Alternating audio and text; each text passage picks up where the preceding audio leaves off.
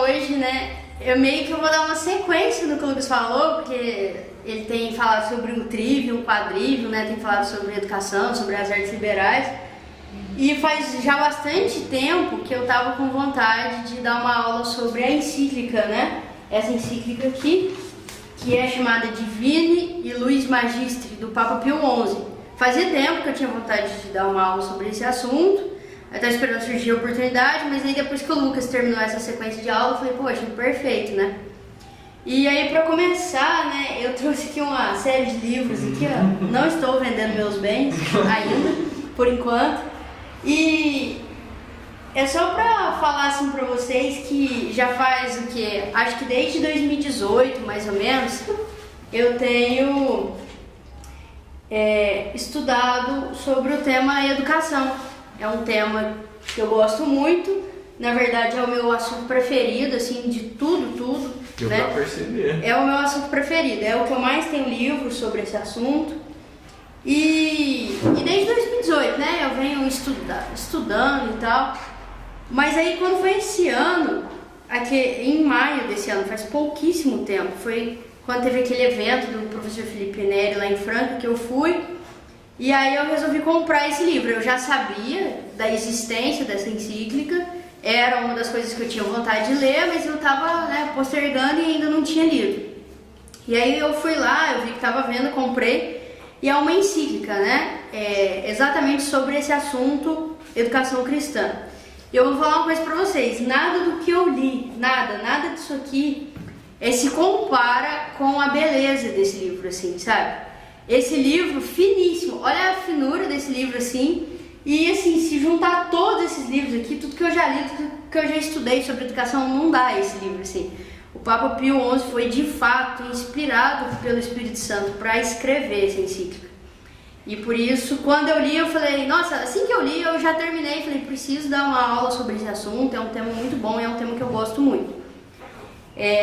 Antes um pouco, né, falar basicamente, assim, bem rápido mesmo, sobre um pouquinho da minha trajetória nessa área de educação, que foi engraçado que tudo começou bem ao acaso, né? A gente não acredita no acaso, foi Deus mesmo que foi fazendo as coisas acontecerem, né? Quando eu tava no segundo colegial, nem sabia o que eu queria fazer da vida, nem nada, eu comecei a dar aula particular pro pessoal da minha sala. Eu dava aula de particular de matemática, física, química, ajudava o pessoal da minha sala, a princípio eu nem cobrava nada e tal. Só que daí eu dava aula pro pessoal da minha sala e o pessoal começou a falar, será que você pode ajudar o meu irmão mais novo, dar aula pra ele também? Tem um primo meu que tá precisando de aula particular de matemática, tem um menino lá do primeiro colegial que pediu seu contato e tal. E o negócio foi expandindo, tudo de forma totalmente natural. Você vê que Deus mesmo que foi fazendo tudo acontecer. Eu nunca fui atrás, assim, né, de aluno, assim, graças a Deus. Sempre foram eles que foram aparecendo. E o negócio foi acontecendo. Eu fiquei o segundo colegial inteiro fazendo isso, depois o terceiro colegial inteiro também. Mas eu ainda não via isso como uma profissão, muito menos uma vocação, né? Eu não fazia nem ideia do que eu queria fazer, eu tinha muita dúvida, fiz Direito, né? Só que durante os 5 anos da faculdade de Direito, eu continuei dando aula particular. Fiquei 5 anos fazendo Direito e dando aula particular de Matemática. Até o pessoal da faculdade até brincava assim comigo, porque normalmente quem faz Direito, normalmente odeia exatas, né? E eu dava aula e tal. Depois eu terminei a faculdade de Direito e continuei dando aula, né? E aí eu acabei que eu não quis exercer o direito e falei, gente, né, faz tanto tempo que eu dou aula particular, por que eu não faço faculdade de matemática, né? E aí eu fiz e tal, e sempre aparecendo aluno, né, graças a Deus. E nunca, assim, na minha vida, nunca eu pensava que isso era, de fato, assim, uma coisa que ia ser minha profissão, assim, sabe? Não tinha essa, eu vou ser professora, não pensava. Foi acontecendo, foi aparecendo aluno, e fui dando aula. E assim, eu fui começando a gostar demais, eu fui vendo que realmente o negócio, né, era de fato uma vocação. Assim, é uma coisa que eu gosto, uma coisa que eu gosto de verdade e é uma coisa assim que as pessoas procuram. Uma coisa assim, absurdamente, as pessoas vão procurando, e eu falei, poxa, né, eu preciso então levar mais a sério isso, né. E aí foi quando eu tive a ideia então de começar a estudar sobre educação. Estudei, li todos esses livros aqui. Aí que eu fui começar a entender o que era educação. Depois de 10 anos que eu dava aula, eu fui descobrir o que era educação, né. E também fui estudar sobre o histórico de uma escola, né, o que é uma escola. Quando a escola foi fundada, né, a princípio, né, a intenção de uma escola era formar sábios e santos. Esse era o objetivo, formar pessoas sábias e pessoas santas. Só que o tempo foi passando, veio a Revolução Industrial e eles mudaram o foco. Não. Agora o nosso foco não é mais fazer sábios e santos. O nosso foco agora é fazer trabalhadores. E aí começou essa educação técnica, assim, né? Que você vai lá, aprende, né? As escolas técnicas e tal. E aí as escolas passaram a ser uma coisa assim, para formar trabalhadores. A gente não quer mais formar sábios e santos. A gente quer formar trabalhadores, mercado de trabalho. A gente quer desenvolver o mercado de trabalho. A gente quer pessoas especialistas em apertar o parafuso da porta dianteira esquerda do carro, né? Não ficou uma coisa bem especialista, assim, né? A especialidade minha é isso, né? E aí passou a ser isso o objetivo da escola. Até que veio, né, a modernidade e a escola, ela infelizmente, ela mudou. Ela hoje em dia, ela não tem mais o intuito de formar trabalhadores. A gente vê claramente isso. A gente vê claramente que o intuito da escola hoje é formar militantes. Militantes. A gente vê isso de uma maneira muito clara no material didático,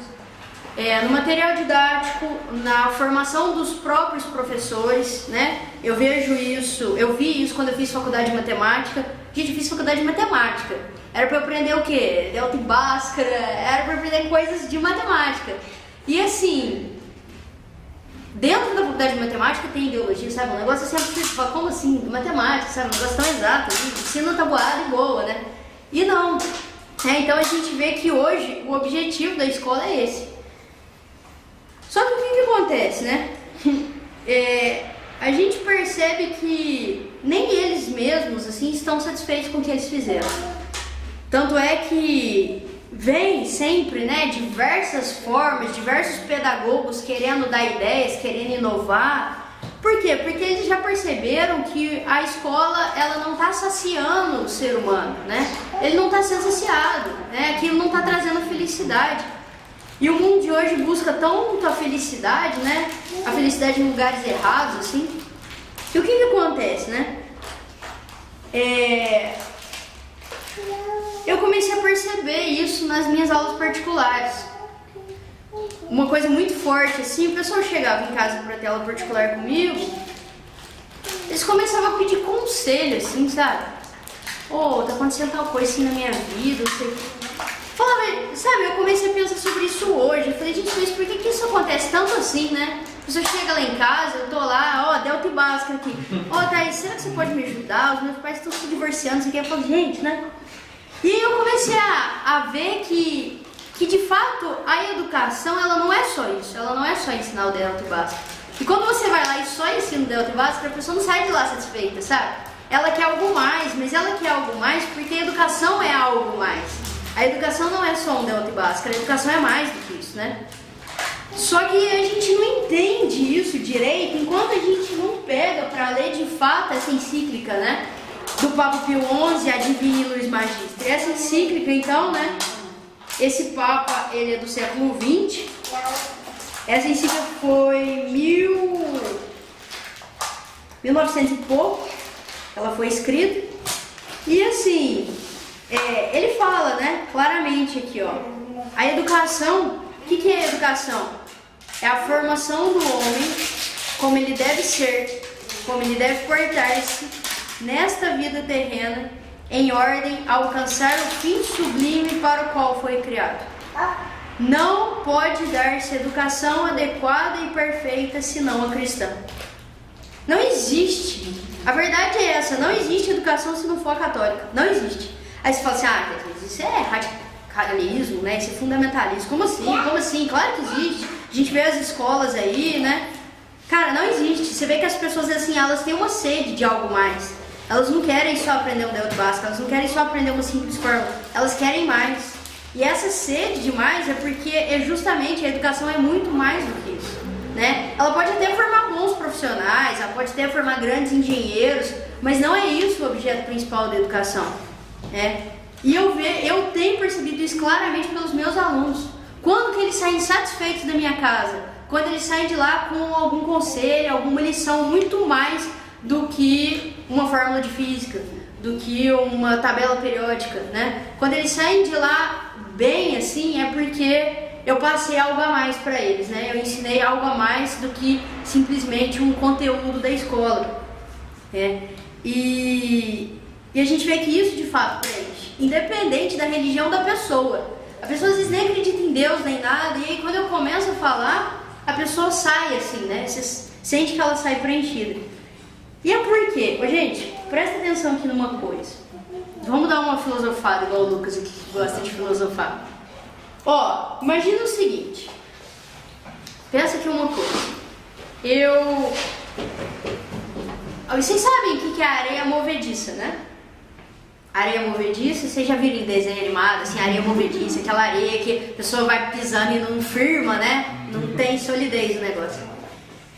Toda vez que a gente planta uma árvore na areia movediça, vai dar errado, né?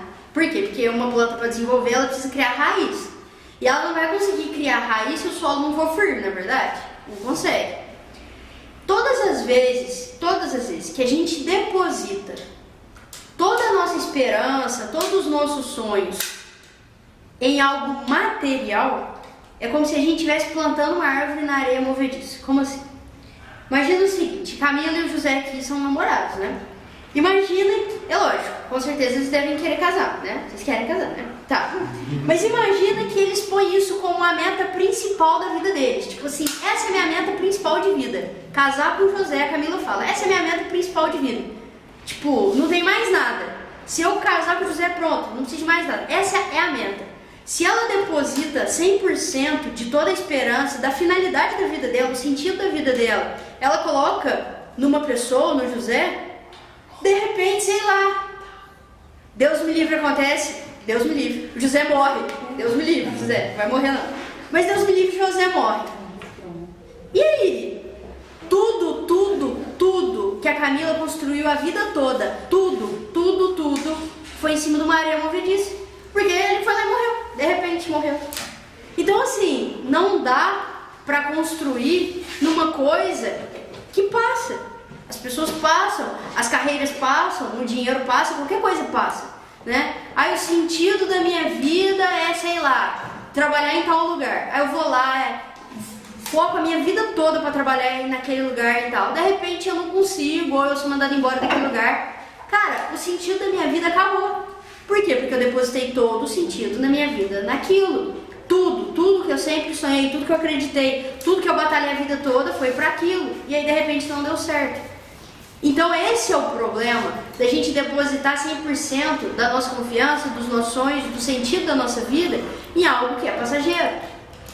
E infelizmente é isso que a educação faz com as pessoas, né? Elas, põem na cabeça que a pessoa tem que ir lá, tem que fazer uma faculdade federal, e aí a pessoa passa a ter aquilo como meta principal da vida dela. Esse é o sentido da minha vida. Eu tenho que passar na USP, eu tenho que fazer medicina na USP. Esse é o sentido primordial da minha vida. E aí se eu não consigo, aí eu começo a querer me suicidar, eu perco totalmente o sentido da minha vida. E de fato você perde, porque você plantou uma árvore numa areia movediça. Então é evidente que vai dar errado. Só que isso acontece com tudo que é material. Absolutamente tudo que é material é uma areia movediça. A única coisa... Então aí, pronto. Então agora a gente já viu que não dá para plantar uma árvore nesse mundo material. Não dá para depositar um sonho, uma coisa nesse mundo material. Tem que ter alguma coisa além daquilo. Tem que ter. Tá. Tem que ter alguma coisa que não é passageira. Tem que ter um outro plano. Mas aí você fala, cara, ah, mas isso não existe, isso é coisa que a religião inventou, não existe outro plano, só existe esse plano aqui, ó, né? Não tem mais nada. Mas aí se a gente for pensar, não precisa nem de religião. Pensa, sei lá, Teorema de Pitágoras. Teorema de Pitágoras, o que ele fala? Que a hipotenusa ao quadrado é igual ao soma dos quadrados dos catetos. Quem inventou isso? Ninguém. Quem descobriu foi Pitágoras. Ele descobriu, mas ele não inventou. Antes dele, a hipotenusa ao quadrado já era a soma do quadrado dos catetos. Imagina se a gravidade não existisse. Tipo assim, ele só não sabia. Ele não tinha chegado na fórmula, mas ela já era. É igual a gravidade. A quem descobriu a gravidade foi Isaac Newton. Foi ele que inventou a gravidade? Não, cara. A vida toda isso aconteceu.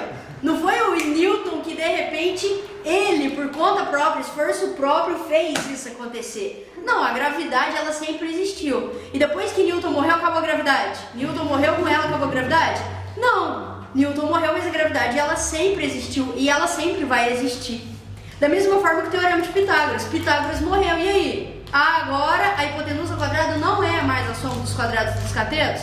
Não, ela sempre vai ser. Então daí a gente já tira a conclusão que existe alguma coisa que a gente não consegue compreender direito, mas daí a gente já percebe que tem uma coisa que é eterna. Eterna. Ela não tem começo e não tem fim. Ela sempre existiu. Então a gente começa a perceber que existe um outro plano, que não é o plano material, não é isso aqui acaba, isso aqui acaba, isso aqui acaba, mas existe um outro plano de coisas que não acabam, de coisas que são eternas. E aí a gente começa a falar, poxa, se tem coisas que são eternas, teve alguém que criou o eterno, né? E esse eterno é Deus. Então a gente fala, poxa, então legal, se a gente planta uma árvore nesse mundo que é eterno, não tem como eu me frustrar. Não tem como, porque não tem chance de dar errado. Porque igual, se a Camila colocou toda 100% da confiança dela em casar com o José, de repente o José morre, a vida dela acabou. Mas se a gente deposita toda a fé, toda a esperança, todos os sonhos, todos os planos em algo que é eterno e que não acaba, não tem como eu me frustrar. Depende de mim, só. E aí a gente chega no que é a verdadeira educação. Isso é a verdadeira educação. A educação é educar para a salvação da alma. Isso é a educação. A gente educa as pessoas para algo eterno, para algo que não tem como acabar.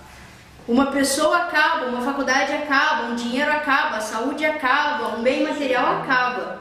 Mas esse plano espiritual ele não tem fim. Então esse é o verdadeiro objeto da educação. A educação é isso.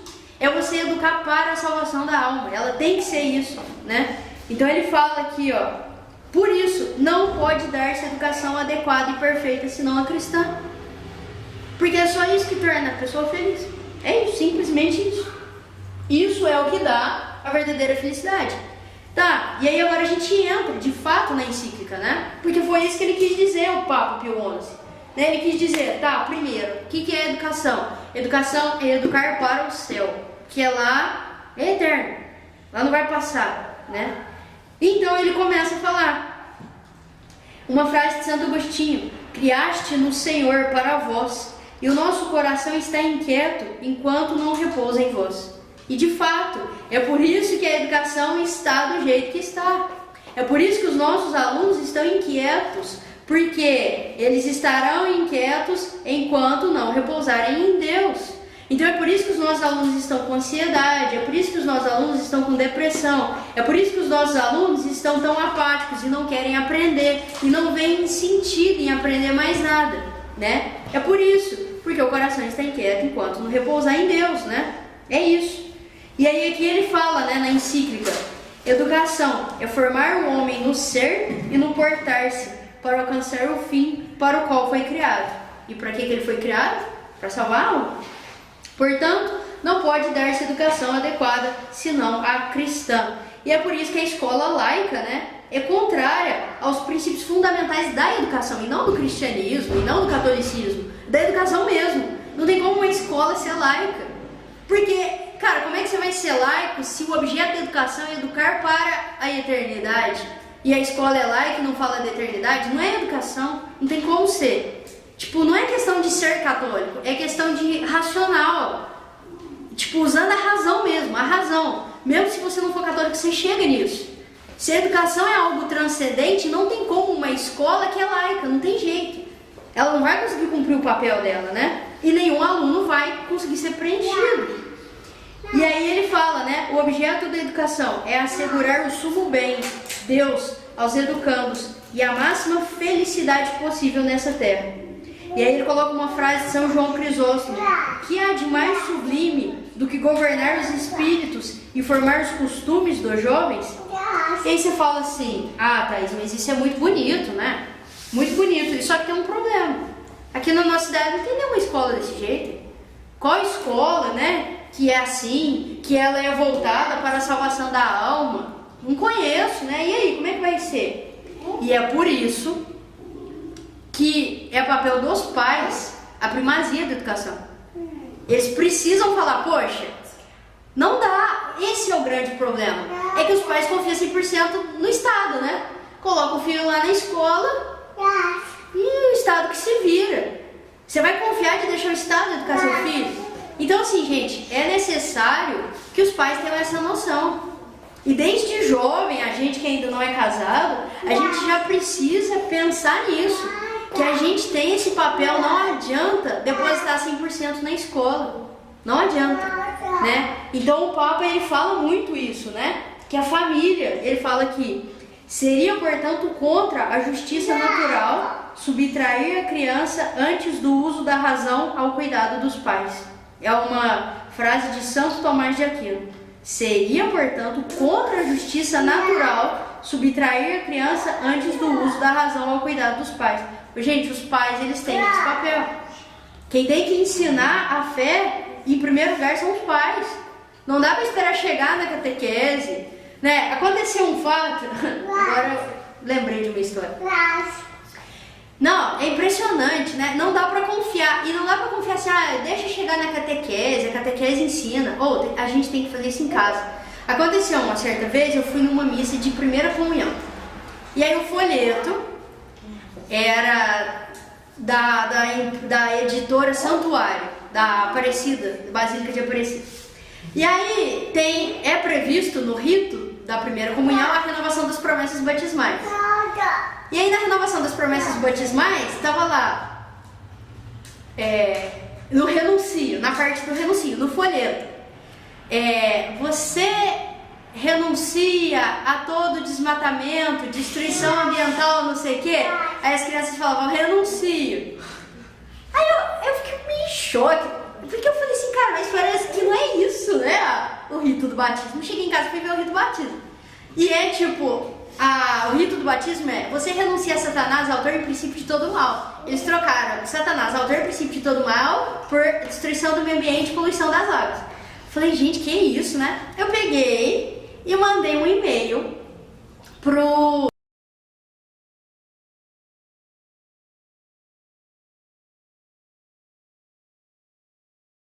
que estranho, renunciou ao desmatamento, só que achei que parece que não é isso que tá no rito, né?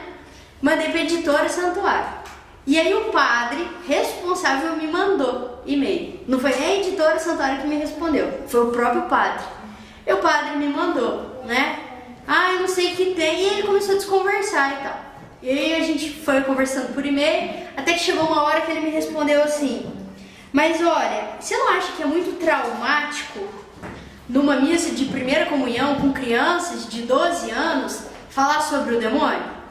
Eu peguei e respondeu assim, aí eu peguei e respondi assim: o senhor pretende apresentar o demônio para elas quando? Na crisma? Quando elas já se perderam por completo? Com 15 anos de idade? É a idade ideal para se apresentar o demônio para elas? Respondi desse jeito pro padre. E aí o padre virou e falou assim: não é bem assim, não sei o que, traumatizar a criança e tal. Aí eu falei assim: nossa, é uma pena, né, que vocês pensem assim, porque, poxa, 12 anos já é muito tarde para apresentar o demônio, né, super tarde. Porque 12 anos já deu tempo da pessoa cometer muito pecado aos 12 anos de idade. Então, assim, Eu falei isso pra gente ter essa noção, né? De que não dá pra esperar chegar na catequese. Eu vou esperar chegar na catequese, a catequese fala sobre isso, a catequese educa, né? Ou a escola educa. Ah, não, vou pôr um colégio católico aqui, o colégio tem aula de formação humana cristã, eles educam. Sabe? Isso, vocês estão sendo negligentes. Isso é negligenciar a tarefa principal que Deus deu pra vocês. Deus deu esse papel para os pais. Esse é o papel dos pais. E se não for esse, não tem mais o sentido, entendeu? Se não for essa a função de um pai e de uma mãe, vai fazer o que da vida? Se não for isso, entendeu? Thaís, Nossa Senhora de Fátima mostrou para os 3 pastorzinhos no inferno? Não. Tinha Nossa, já 5, 7 verdade! Então, Verdade! Ué, então... Não foi nem falar sobre, foi mostrar. Foi né? mostrar, Ela mostrou. Então... 6 para 7. Eu não lembro se na época eu citei os 3, eu não lembro se eu citei no e-mail. Eu sei que a gente trocou, tipo assim, foram 5 e-mails assim que a gente trocou. Aí por fim eu mandei um e-mail assim pra ele de uma matéria do site do Vaticano que falava assim, uma frase, acho que de São João Crisóstomo, que fala assim, que a melhor maneira do demônio agir no mundo, a melhor maneira é fingir que ele não existe. E aí eu mandei isso pro padre. Eu falei, então vocês estão seguindo direitinho o propósito de Satanás, né? De se fingir que ele não existe. Eu mandei, aí depois disso ele nunca mais me respondeu mais nada, assim. Mas assim, eu tenho uns históricos assim com alguns padres assim no meio. Mas cara, mas tem que ser falado isso, né? Então assim, igual, é muito bonito, né? Que a Samara, ela tem esse trabalho com os filhos pequenos, né? Por quê? Porque foi uma pessoa que entendeu que não dá pra confiar no Estado. Não dá pra falar assim, não, o Tomás é muito novo aqui, deixa quando ele entrar na escola, eu ponho ele numa escola católica, lá vai ter aula de FHC, lá ele aprende, deixa, lá ele aprende, né? Eu não vou me desgastar não vou me cansar não, sabe? Gente, sabe, a gente precisa ter essa noção, né, de que é isso, né? Então ele fala, né, quem educa? A família, a sociedade e a igreja através do magistério. E aí ele fala assim, quem deve ser educado? Quem deve ser educado é o homem decaído que pelo pecado original tem tendências desordenadas. Só essas pessoas que devem ser educadas, nós não. É só o homem decaído pelo pecado original que tem tendências desordenadas, é só eles têm que ser educados. Então assim, gente, todos nós temos que ser educados, né? Então assim, é por isso que a igreja, ela educa, esse é o papel, né? Não é só falar assim, educação é coisa para criança, né? Não, educação é para todas as idades, é para o homem decaído que tem tendências desordenadas, todo mundo tem. Então a gente tem que buscar também se autoeducar, a gente tem que ir atrás da nossa educação. Se a gente teve uma educação falha, também agora não adianta a gente querer culpar o pai, querer culpar a mãe, querer culpar o catequista, querer culpar o meio mundo, o sacerdote, sei lá o que, né? O raio que o parto, não, porque eu não tive essa educação católica, eu não fui educado pelo método Instituto Cidade de Deus. Tá, não foi, beleza, que pena. Agora corre atrás do prejuízo, corre atrás agora, né? E vai e procura então se educar. Sabe, é inaceitável essa preguiça que a gente tem de não correr atrás das coisas, sabe? De não buscar se autoeducar, de não buscar conhecer a verdade. A gente precisa disso, né? Então a gente sempre precisa disso, né? E aí que ele termina falando, para terminar eu vou ler um texto da encíclica, que ele fala assim, pois bem, aqueles que dizem ser a doutrina de Cristo inimiga do Estado, que nos deem um exército tal como a doutrina de Cristo ensina, que devem ser os soldados, que nos deem súditos, maridos, esposas, pais, filhos, patrões, criados, reis, juízes, finalmente contribuintes e empregados fiscais, como a doutrina cristã manda que sejam, e atrevam-se, depois de dizer que é nocivo ao Estado, ou melhor, não hesitem um instante em proclamá-la a grande salvadora do mesmo Estado em que ela se observa. Né? Então assim, a gente sabe que os grandes políticos, os grandes maridos, os grandes esposas, pais, filhos, empresários e até os contribuintes do Estado, os melhores são aqueles que tiveram a formação católica. Então, assim, não é só questão de vamos respeitar a religião, não. É porque só a igreja católica, só a educação católica, ela pode dar essa plena formação. É ela que ensina os valores, é ela que forma o cidadão.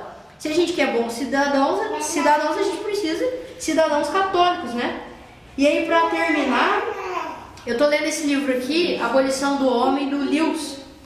E aí, ele conta uma história, né, de um material didático que ele leu, que era péssimo. E aí ele fala assim... Ele fala de um livro, né, que ele está estudando, um livro didático. E aí fala assim... Ao encherem o livro desse tipo de coisa, eles foram injustos para com os pais ou com o diretor, que adquiriu uma obra de filósofos amadores, quando na verdade esperava ter comprado uma obra de gramáticos profissionais. É bem isso que acontece na escola hoje, né? Os pais vão lá, investem dinheiro, compram material caro e na verdade está sendo enganado, né? Porque aquele material é um material para formar militante, né? Então, é isso, né? A gente precisa de fato entender isso, que só existe educação se ela for católica. Se ela não for, aquilo pode ser qualquer coisa, menos uma educação de verdade.